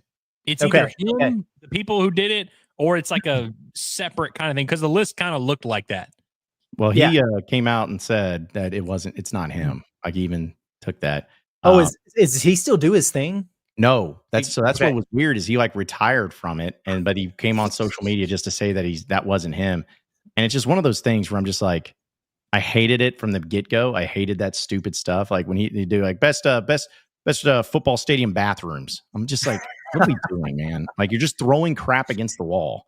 And so yeah, it's so stupid, man. Credit where credit was due. Big Game Boomer would create the biggest controversies on the internet, like every day over the dumbest stuff. But he would just like reel them in, bro. He'd just say what you want, John. But you know, I also saw yesterday a list of the top podcasts for each P4 school, and it was Locked On in Arkansas. You know. Great. I'm not taking that personally for what we're doing right here, right now. You know, we've got the legend himself as far as this operation, but maybe you should like those lists a little bit more, my friend. Yeah. I don't.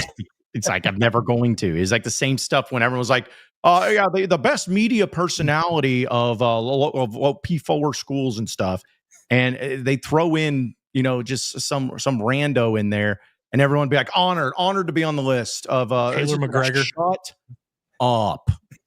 Stop. It's like that you're just taking stuff and just being like, never been more thrilled to be on this list. It's like it's something. Come on. They used to do, I think it might have been Big Game Boomer. There was like best barbecue spot in every SEC or every college baseball or football town, and it was like Penguin Heads. Yeah. It was like, bro, come on. What are we doing? So I'm glad you brought that up because I always hated that crap, man.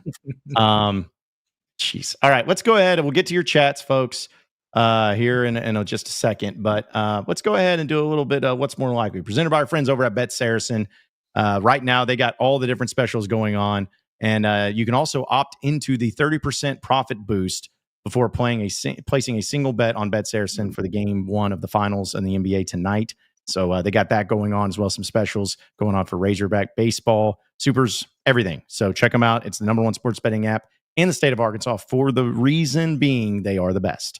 So you can download them today on your iPhone or on your Android, or you can get the betting online at BetSaracen.com. All right, just a few of these guys, and then we'll go back into the chat. Well, what do you think is more likely to happen? Arkansas sweeps Tennessee by 10 runs each game, or Tennessee sweeps Arkansas? Arkansas sweeps Tennessee by 10 runs each game. Yeah. Or is it Tennessee sweeping Arkansas by 10 or just in general? Just in general. Oh shoot. Yeah. Tennessee. I had to have Tennessee. My bad. Here. Yeah. The reason why I'm going Tennessee, just to clarify, is because all 3 games were pretty close games when they played a few weeks ago. That doesn't necessarily mean that all of them are going to be close this time, but it's like, I mean, I could see one team winning 5-4 or 8-7 each time. So I don't see Arkansas winning by a combined 22 runs. What if they did? It'd be pretty cool. It'd be a lot cooler if they did. Yeah. Yep, they would. How about this? We know we talked a little bit about it. At least I know you did, Andrew, yesterday. But what's more likely, Wehiva Aloy or Liam Doyle to win the Golden Spikes Award? Aloy over Doyle. Yeah, I think Aloy, the other guy. Probably. I think Aloy and the Florida State shortstop are the guys here. And I think Wehiva's got a chance. I think Wehiva's going to finish second though, if I had to guess. Mm-hmm. Yeah, it's kind of like I was trying to remember which year it was with the Heisman Trophy, right, where it was just 2 guys, and they're like, "Well, we got to have a third one here, so let's just bring them in." It's kind of reminds me of the same thing. I mean, look, Liam Doyle's had a great year, but you just compare it to the last 10 years. He hasn't been nearly as good as Hagan was last year. He hasn't been nearly as good as Skeens was a couple years ago. He hasn't been what Kevin Kopps was. There's been a lot of really good pitching seasons, and his is good. It's very good, but it doesn't stack up with those historically great ones. And I don't see how you win the Golden Spikes without having one of those, because you have a very clear barometer. Yeah. All right. So which is more likely, Zach Root or Gage Wood, to have a better start this weekend? Wow. You know, Root, neither guy really crushed it necessarily. Root, I was very disappointed with his outing because he went like 3 2/3, gave up 7 hits. And now Gage gave up 7 hits, but he only allowed 2 runs. And I think he struck out 7 in 3 innings. I like Zach Root to limit those left-handed bats from Tennessee. Although Root, weirdly enough, is like better against righties than he is lefties. But I'm going to go Zach Root just because I think like he's a very safe bet. Gage Wood is very good, but he does like to give up home run balls. And this Tennessee team is the type of team that you could strike out 12 times and give up 2 massive home runs to. So I can see something like that happening, kind of like this past weekend where Wood is maybe a better overall like performance, but Root just gives you a better overall numbers. I'll go Wood just to be different. But that's a tough one for me. Yeah. I'm just going to go Root or Wood as well. Just because he just really was impressive last week. And I know it's a different team and everything, but man, 13 strikeouts, dude has 80 pitches and he's still throwing 96. Like, I mean, that was just, if he does anything close to that again, Arkansas will roll. But I will say this, guys, if Arkansas's won game 1 and it's game 2 and they have a lead late in the game, I want to see Will McIntyre in there. I'm just being honest. I do. I want to see him close it out. He did such a good job the first time around. I want to see if he can do it again. So, there. Or would you rather have him start game 3? Well, if you get to game 3, then yes. But if you have a lead in game 2, I want to see him close down. But yeah, Andrew, whatever it takes. Have you made an official determination before people speak to Dave on what you think Arkansas will or should do with game 3? If they have one, what they're going to do is not announce it. Yeah. But what I expect the most likely they'll go with Jimenez. In real life, though, it doesn't matter who starts. By that time you get to a winner-take-all game, even if you were starting Randy Johnson on the mound, he'd have a short leash. You know what I mean? Like, it's not going to be one of those, we got to have Jimenez get us 4 or 5. They'll pull him early. Mm-hmm. Yeah. And also, finally, just one, for instance, we're talking about the weather. What's more likely, all the games to be moved due to weather or none of the games to be moved due to weather, which I guess is probably not as likely this time around because we've got a weather update and it looks like it's not going to be as bad. So probably the latter, but none of them. I think it's none of them too. We do this every week. I know. They're not going to be able to play any games, and then they play them both and it's perfectly fine. I know it's not going to happen, but man, I would just love nothing more than a forfeiture and Arkansas just advances just for the fun and chaos of it. And just seeing, like, especially if Tennessee won game 2 or something like that. And just, it would be so great, but man, cannot wait for it all. All right. So let's go ahead and get to your chats, folks. We've got quite a few minutes here. So anything you want to dive into or get into, hit us up and let us know here. Let's see. Ozarkian wants to know, who's Arkansas's third go-to pitcher again after Root and Wood? I guess you already addressed that a little bit. Yeah, I mean, it'll probably be Jimenez. Although I will say, if they get to game 3 and they have not used Gabe Gackle, that would be the guy I'd give the ball to. Yes. And I know that sounds stupid where you're like, well, why would they not? Think about it. What if Arkansas puts up 10 runs and they win game 1 like 10-2? And then in game 2, they wind up losing against Liam Doyle, and it's like 5-3. You're never really in a situation where you're going to use Gabe Gackle. I could see it being 1-1 and them not having used. I mean, hell, we just saw them not use a lot of their guys. I could see a scenario where it's 1-1 and you haven't used one of your top guys. All that being said, if you have a 2 or 3-run lead or less late in the game in either game, you have to use Gackle. You just have to. Yep. Also, shout out to idiot Tennessee fans and people because I just put out on Twitter because we were talking about it. I was like, hey, if Arkansas was to sweep Tennessee this weekend in the Super Regionals, how would that look and how would fans handle it? Because we talked about it. And of course, I already got people who was like, I love how Arkansas fans and the media are overlooking and disrespecting Tennessee. I hate life. Anyways, moving on. Going into other chats too. Shout out to Kyle Shadowins. I know Kyle. Kyle's a good guy. In fact, that's picture is being taken at the church I attend. So shout out to Kyle. But he says been wearing hog gear all week because he lives there in Knoxville. Says in real life, fans don't want the smoke. I will say I have actually talked to some fans that I know that are Tennessee fans, and they are extremely worried and thinking that Arkansas is going to win. So for what it's worth, they think their team sucks, dude. They think their team is way worse than they actually are. That's fair. Dude, I was on the radio today and they were like, I mean, Tennessee's kind of falling apart down the stretch. I'm like, no, they haven't. What are you talking about? I'm like, they almost beat us here 2 weeks ago. I mean, can you really say a team's falling apart down the stretch when they're in the super regional? What? They were a 15 seed. What do you mean falling apart? What does that mean? No, what fell apart is Texas, Vanderbilt, Georgia. That's falling apart. You go to the super regional, that's not falling apart. That's weird. Also, Heartbroken Hog wants to know, Curtis, what do you think we're paying for the current roster? You brought up the North Carolina deal. Yeah. The last kind of ballpark figure I got was between 8 and 9 million. First of all, who knows? You know what I mean? It's not public record. So anything that comes from that is literally educated guesses and hearsay. So you can always be in a range, but you're probably never accurate.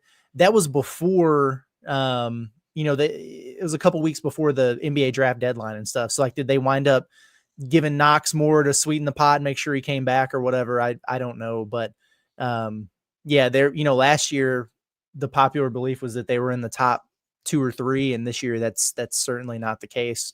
Not to say that you don't have really good players, but I do think it's a product of the way that they built the roster here.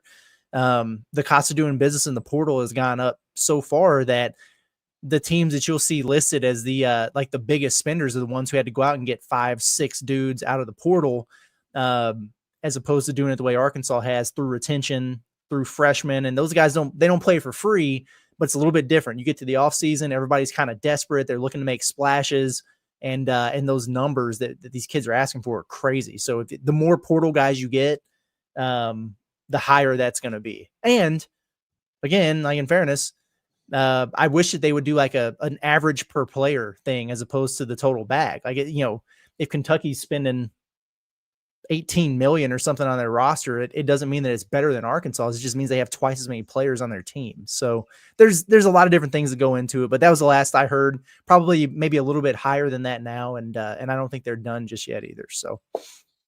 Also, Ryan wants to know, are they going to try to set up to not throw Doyle against Root? So they're not going to try. One, they're not, no disrespect, they're not scared of Zach Root. They're not going to throw, Zach Root's not that type of ace that you're whoa, we don't want to go head to head with this guy. But they did use Liam Doyle out of the bullpen Monday, which again, was not to avoid Zach Root. It was just because their season was on the line. So I imagine they will be a little cautious. I doubt he starts game 1. If I had to guess, given the catcher, given the situation and everything, I don't think Liam Doyle starts game 1, but it is not going to be to avoid Zach Root. It's going to be because he threw 100-something pitches on Friday and then threw 35 on Monday. I think you probably want to give him as much rest as possible. Yeah, and I think I talked to our guy, Eric Kane, who covers the Vols earlier today, did a Locked On crossover with him, and I believe Vattel is meeting with the media today at 2 our time, so I'm sure we'll probably find out what their plan is for starting pitching and everything there. But shout out to Sharkensaw for the super chat. Appreciate you guys. All I know is Tennessee is an L7 weenie. Oscar Mayer even. Foot long, Dodger dog, a weenie. So. Oh, yeah. That the first part I know is from Sandlot. I don't know what the rest of it is from. But I guess it's and the opposite of that would be onions, double order, sauteed, the Bill Rafferty quote there. But yeah, appreciate that, Sharkensaw. Let's see. Josh says, would we be game 1 or 2 on Saturday in Omaha? There is no way for us to know this information. Literally no information. No way. Yeah. I don't know. I'd love to BS and guess right here. We don't know. Yeah. Big Man says, show the hype video. Which hype video? Did they put out a hype video? No, he tweeted one out, and I'm actually in the process of downloading it as we speak. I haven't watched it, and so I hope it's not horrible, but we'll see. All right. Well, let me know whenever that is. I'm just waiting with bated breath to see what that's going to look like. TikTok video, so I'm sure it's great. Oh, I'm sure it is. Let's see. BH501-119 says Penguin Eds is the best barbecue in the NWA. Fight me. Listen, Okay. this is a fair opinion. Like, I'm not going to argue with it. I don't agree, but I'm not going to argue the opinion. It's just like if you're doing a list talking about barbecue spots in college towns, you got to list the one. Yeah, you got to. We need actually, to go to Penguin Ed soon. I'll be honest, guys. I haven't been to Penguin Eds. Well, I used to go in high school sometimes because it was right there. And this is not an insult to Penguin Eds, because it's fine. I have no problem with it. But I'm just shocked that that place is still open in that location that it's at right there on, I guess, college, school, like right there in that area. Because that's a prime spot. And we've seen so many other businesses close down, shut down. That place is still going strong. So, maybe they need to make their money. I've been there one time. It was with Mason Choate when he was working with Trey. He was like the intern or whatever at Hog Sports. Yeah. Man. Yeah, because I think they have one over there where I grew up too, and I'm pretty sure that one's still there over on the east side of Fayetteville on Mission Crossover. It is. Yeah, it's still there. It was in the last 3 years. Yeah. So who knows that? Okay, real quick, a few food, because that's what Andrew was wanting, is people to tell us what the food that they were having. Andrew Smith says lunchtime with the guys got an all-American club from Subway with light lettuce, mayo, honey mustard, salt and pepper, toasted Italian bread. Nothing to hate on here. Little Italian herbs and cheese, or just the Italian, just the white bread? I wonder. Let us know. When's the last time y'all had Subway? Been a minute. A couple years for sure. Been a minute. Shout out to my buddy. You guys know him, Devin. Now that was his high school gig. He was a senior sandwich artist, is what they called him when he worked at Subway. It smells so good in the Subway, man. Dude, yeah, they got that exhaust. The food place, not the transportation. Yeah, they got that exhaust of bread that's like just filling the place. One of my favorite Jim Gaffigan skits, I don't know if you guys are a fan of it, was Subway, when he talked about that. He's just like sitting there at Subway wishing the sneeze guard was on the other side because of the people making your sandwich, and stuff like that. Just, it was good stuff. But shout out Subway. I have never had a problem with it, but yeah, hey, each their own. I haven't had it in like 8 years, man. When you're balling on a budget as an NAI basketball coach, that's your pregame meal every single time. Every time. Don't you remember the $5 foot long? Yeah, you ain't getting no $5 foot longs. $5 is going to get you maybe a quarter of a sandwich these days. Hey, it was like, listen, boys, we can get chips and a drink with your meal if we go to Subway. Anywhere else we go, you suckers are drinking water. And so get you something nice. That ends up happening. Kingsley says, update, brisket and rice is legit. That brisket fried rice deserved a fried egg, but it was great without. House sausage and leg quarters were very good too. Almond slaw was solid, worth a visit. He was saying he went to a top. He before that he had said he had a chat about going to like a top 10 barbecue place in Houston, I believe. Okay, I thought that he was saying like this is what he made himself for lunch, and I'm like, okay, Kingsley, how's bragging camp? Like, just over here. Oh, I just had me a nice filet steak and all this stuff. But it sounds great, whatever it is. But yeah, I was trying to think. I can't wait. I know this is random. Speaking of that, though, I can't wait for wherever we end up going for the NCAA tournament again next year. Hopefully, it's a cool city that has some sort of like renowned restaurant. Because not to say that Providence or San Fran was bad, but I really want to go to a place where it's like, I don't know. Like, I want to go to a spot where it's like, hey, this place was on the Food Network and gets featured all the time because it's that element like level. So yeah, the little Italian joint that we went to in Providence though was good. Mm-hmm. They gave you that Capri Sun looking drink that looked electric. You remember that? Yeah, I do remember that. The manliest man there. But I will say, I kind of hope, because I know that they have St. Louis as one of the early rounds there, the first weekend there in college basketball. So hopefully if that happens, Curtis can show us the ropes of what definitely do that. The STL St. Keep Louis. you out of the line of fire and feed you well. That's right. Let's see, just a few more chats and we'll play this hype video, I guess, here soon. Oh, yeah. But Paddlefish says, I like to think Ellis and I have friendly beef. Yeah, where the hell did this come from? What do we have beef over? I thought we were cool. I purposely star Paddlefish's comments so that we can talk about them, and not even in a negative light. Yeah, sounds like this is a one-way beef. Yeah, what the hell, Paddlefish? Yeah, there's a lot of chatters that I don't like, and I don't think Paddlefish is one of them. Yeah. I'm trying to remember who said it, but somebody said something similar to that to me one time. They were just like, "Yeah, me and John, we just never have gotten along." I was like, I don't even know who you are. Like, it's like what in like my favorite stuff like that. My favorite relationship I have with a commenter is Randy McGee. We're like Batman and the Joker, dude. We're just destined to do this dance forever. I don't even know who if I have a beef with a chatter, I don't know who it would be. But he goes back and forth with me. He'll comment and be like, and I've met him in person and we had a great interaction. But then every now and then I just say something that rubs him the wrong way, and then we're back to square one. And then we're beefing over Ryder Helfrich right now, but we'll get over it. There you go. Out to Ramil. He just goes, John, did you ever eat at the Beds Greasehole in Fayetteville, Wes's Barbecue Burger Plus? Yeah, I had when I was at Fayetteville High School, we had Wes's Wednesday. We'd pile into my Mercury Cougar 2000 with my two 12-inch Type E subwoofers in the back. It looked like I was driving a pregnant roller skate because I was so low to the ground. But we piled like 6 people in there, and we went to Wes's for the Bulldog Special or something like that. But it was basically burger, fries, and a drink for like $3.50. Zero nutritional value, but man, you balling on a budget back then. We lived like kings. Sometimes we get crazy and get cheese on our tater tots. So, but of course, I went to Wes's. If you went to Fayetteville High School, you had to go to Wes's. I can super chat from John Pigman. The 4 says, my biggest dream is neighbors following me. Stop. Like, I don't get no. How about this, John? If the hype video is good, you got to follow him. No. Like, I'm sorry. This is something I cannot.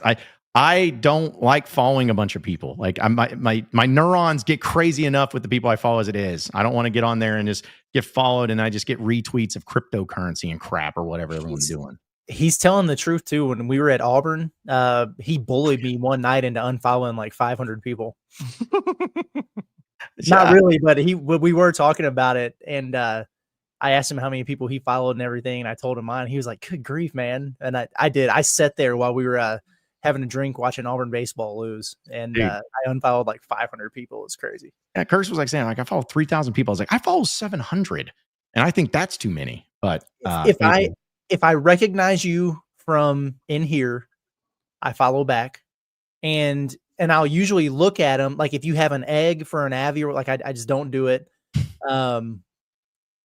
And then I'll just do a quick scan. Like I'll do a quick scan, like 2 scrolls.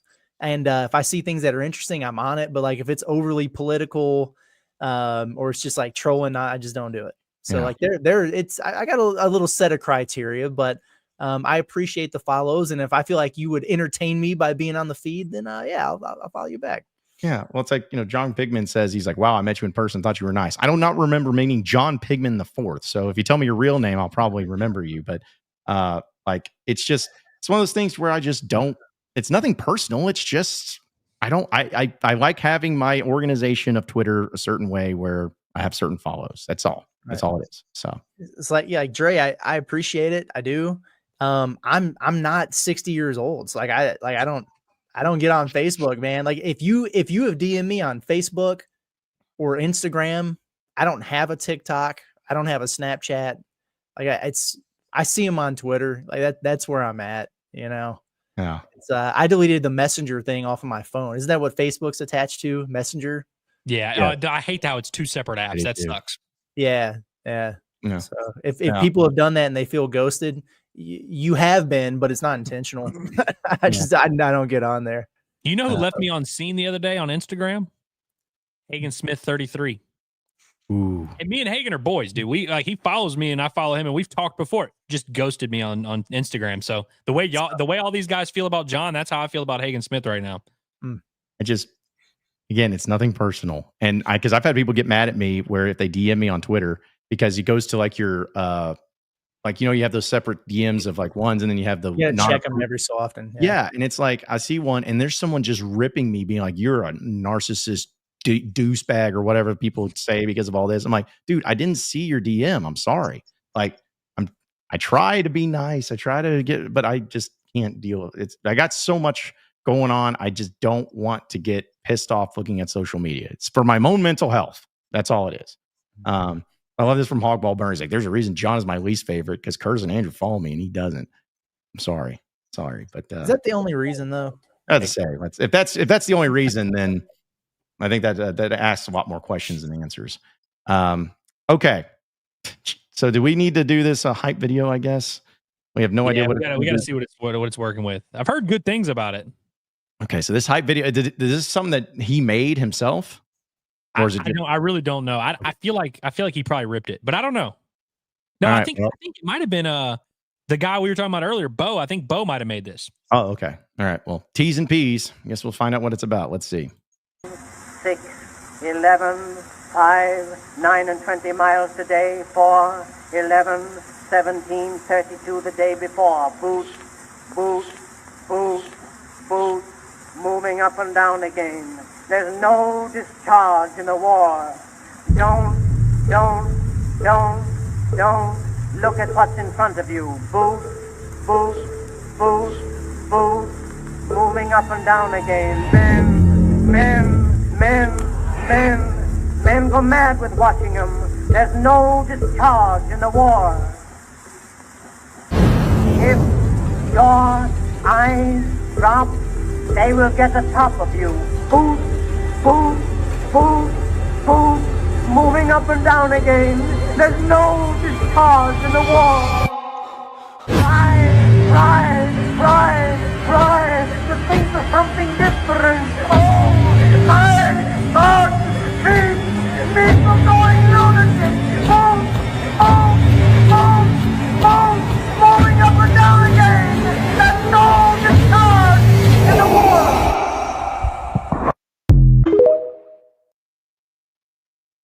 Okay. I will say That was intense. that was pretty awesome. That's the type of hype video that gets me hyped. I have no idea what it's from. Like, I don't know if it's from a movie or song or whatever, but it was unique and it was really cool. And that was good. I like it. So will you give John Pigman a follow on Twitter now? No. I don't know what it's from, but it's from something. Like that little speech is from some type of war story. But I've heard it before. But it's that was kind of horrifying. It was terrifying. It was like it left me unsettled. Yeah. It freaked me out, and I love it. Yeah. Our guy Dre just says you have to know the history of the poem, and now it was recently used 28 years later. So I guess it's a poem and everything too. But that was intense. Okay, well, listen. I appreciate it, respect it. I'm a big fan of hype videos. I love hype videos as long as they're like actually good. So, but that one was definitely unique. Far worse than that for sure. Yeah, absolutely. Shout out for the super chat. Again, appreciate it from Paddlefish goes, I thought Ellis and I had beef because our disagreement on what a national seed is. I'm glad there's no hard feelings. Yeah, I completely forgot about that. Okay, you remember that one year in the NCAA tournament with basketball where they were like, the first round is actually the first four, and now we're going to do the second round thing.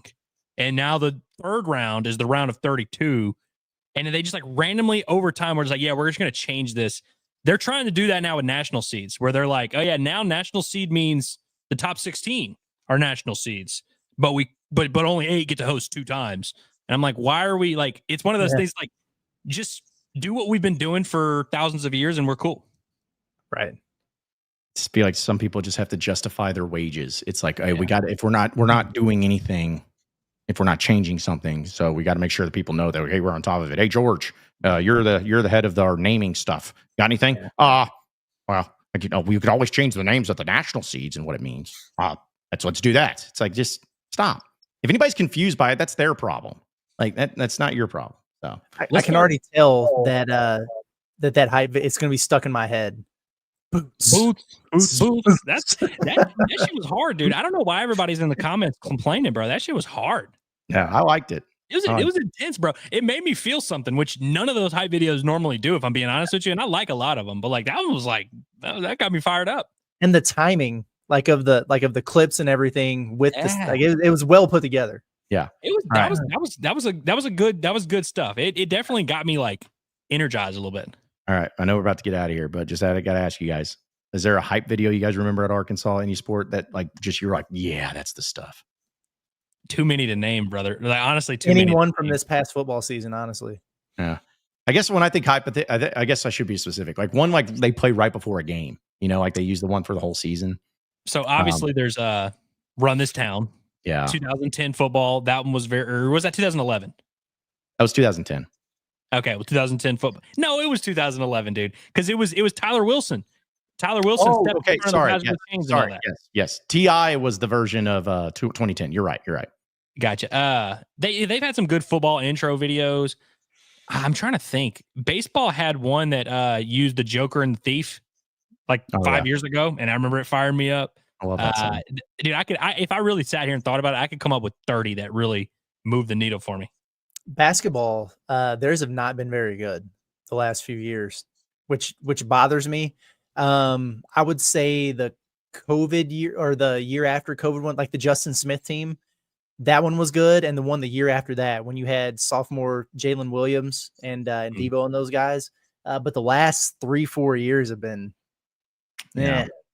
I hated when they were using the one. The only thing that irritated me, it was a really good hype video that year, but they were using the cow getting tossed in the game they freaking lost. And that one bothered me there. Other than that, I thought that one was good. But I can't remember the song they used, but I remember when Daryl Macon and Jalen Barford's last year, they had a really good intro video, and they would always play the Chicago Bulls, like Michael Jordan's song during the introductions, which I think maybe they sometimes still do. But like the hype video going into the introductions used to fire me up. Like that particular season, I don't remember the song, but it was good. God, I feel like there's one more basketball related one. I know for me, for football was like, I'm probably going to show my age in this, but there was one that I still think, I wish I could find it somewhere. It was when remember when Google Earth became a thing and you could like zoom in? Mm-hmm. They had one to where they went through the 9 planets, and in the background was like an epic version of the 2001 A Space Odyssey song. And every planet they went to, they showed like a moment in history of Razorback football. And I remember it ended with the Miracle on Markham Part 1. Like, and it had the call, and it was like the horns hit, and man, that got me hyped. You know what? Guaranteed, every football hype video moving forward needs to include "Together we stand as tall as the Tower of Old Maine." That whole speech that gets me going for sure. Our memories are etched in stone, like names on senior walk. Yep, Pat Summerall, man, the golden pipes. Yeah, because he goes through like he's like Broyles, something. He's like Jones and McFadden, and you just see McFadden running. Yeah, that was good, man. I thought it was pretty cool when basketball was in Nashville for the SEC tournament this year, and they were showing the Jalen Graham highlights. Yep, that was great. That was great. I mean, that was awesome. That's spin cycle, bro. Exactly. Oh man. Well, hey, we went a little long today, but that's okay. Fellas, any final thoughts before we roll out of here for the day? Oh man, TGIF tomorrow. I can't wait. Cannot wait. We've made it. Is like what I said at the beginning of the show. Happy to be here. It's all fine and dandy, but like the real fun begins tomorrow, man. I'm so excited. See y'all fellas at Alumni Hall, and then we'll just be foghorning and bombing all weekend. It's a beautiful thing. And Alumni Hall, and how about that? The weekend pretty much starts right now. Like pretty much right now. I'm about to record a fire ass bombastic. It's gonna be fun. Yep. Yeah, it's gonna be great. Yeah, we can't wait to be at Alumni Hall tomorrow. Again, folks, come by. Hogs by 20 for 20% off your purchase. Get all the great gear for the Super Regionals. If you're a little worried about rain, they got rain gear for you over there too. So be sure to come and hang out with us. We look forward to it. And again, we'll be at Foghorns for pregame, postgame, all the game. Maybe not in the game, but you know what I mean. We're going to be hanging out at Foghorns during the Super Regionals surrounding it right there across from Baum. So come hang out with us there too. And that'll do it for us today. So appreciate each and every one of you listening and watching in. Be sure to subscribe to us here at Inside Arkansas. Check out all of our audio podcasts, wherever podcasts are found, whether it's Inside Arkansas Live, the Pod at the Palace, or the Bombastic Podcast. And follow us on social media at Inside Arkansas, and we'll keep it going from there. So for Andrew Ellis, as well as Curtis Wilkerson, I'm John Neighbors. Same sports show, same sports channel tomorrow at Alumni Hall in Fayetteville. Have a great rest of your day, everybody. We'll see you then.